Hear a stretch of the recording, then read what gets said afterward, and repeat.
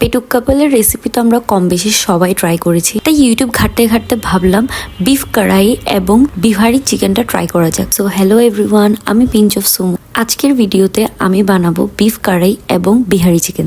প্রথমে আমরা চিকেনকে ভালোভাবে সরিষার তেল, মরিচ এবং লবণ দিয়ে মেখে নিব। 10 মিনিটস ম্যারিনেট হলে হয়ে যাবে। এরপর আমরা একটি কড়াইতে সরিষার তেল নিয়ে নিব। সরিষার তেলটি গরম হয়ে যাওয়ার পর আমরা চিকেনগুলো ভালোভাবে ফ্রাই করে নিব। চিকেনটা ফ্রাই হতে হতে আমরা নিয়ে নিব আস্ত রসুন, তেজপাতা, কিছু শুকনো মরিচ, দুটো পেঁয়াজ, আদা কুচি, রসুনের কোয়া, কাঁচামরিচ, দারচিনি এবং বড় এলাচ। চিকেনগুলো হাফ ফ্রাই হয়ে আসলে এরপর আমরা নামিয়ে ফেলবো। এরপর ফ্রাই করা সরিষার তেলে আমরা একে একে করে দারচিনি, এলাচ, তেজপাতা, শুকনো মরিচ দিয়ে আমরা ভালোভাবে ভেজে নিব।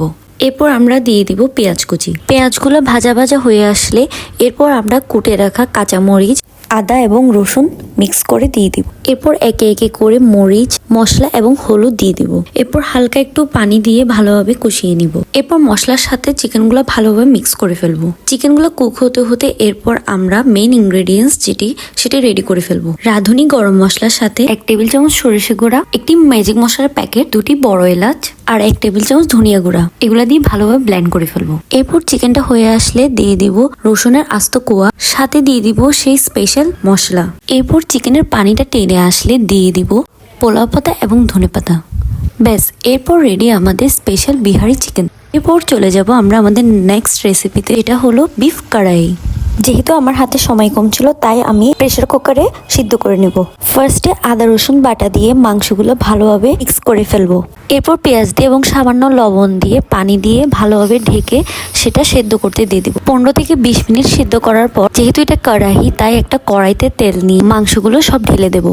মাংসের পানিগুলো টেনে আসতে আসতে আমরা বাকি উপকরণগুলো নিয়ে নিব। প্রথমে আমাদের দরকার টমেটো, পেঁয়াজ কুচি, ম্যাগির ম্যাজিক মশলা, আদা কুচি, আস্ত রসুন, কাঁচামরিচ কুচি, নিয়ে নিব টক দই, মরিচ, মশলা এবং হলুদ। এরপর টমেটোগুলো দুভাগ করে মাংসের সাথে দিয়ে ঢেকে দেব। টমেটোগুলো সিদ্ধ হয়ে আসলে তার উপরে ছোলাগুলো নিয়ে নিব।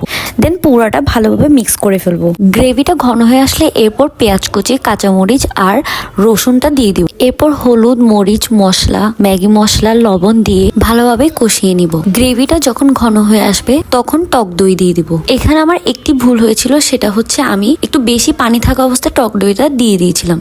যখন মাংসের পানিটা ভালোভাবে টেনে আসবে তখনই টক দইটা দিবেন। এরপর মাংসটা সিদ্ধ হয়ে যখন গ্রেভিটা ঘন হয়ে আসবে তারপর কুচি করে রাখা আদাগুলো দিয়ে দিবেন। শেষে ধনিয়া পাতাগুলো দিয়ে দিলে বেশ রেডি আমাদের বিফ কড়াই এবং বিহারি চিকেন। আজকের ভিডিও এইটুকুই। দেখা হবে নেক্সট ভিডিওতে। Till then okay, tata, by.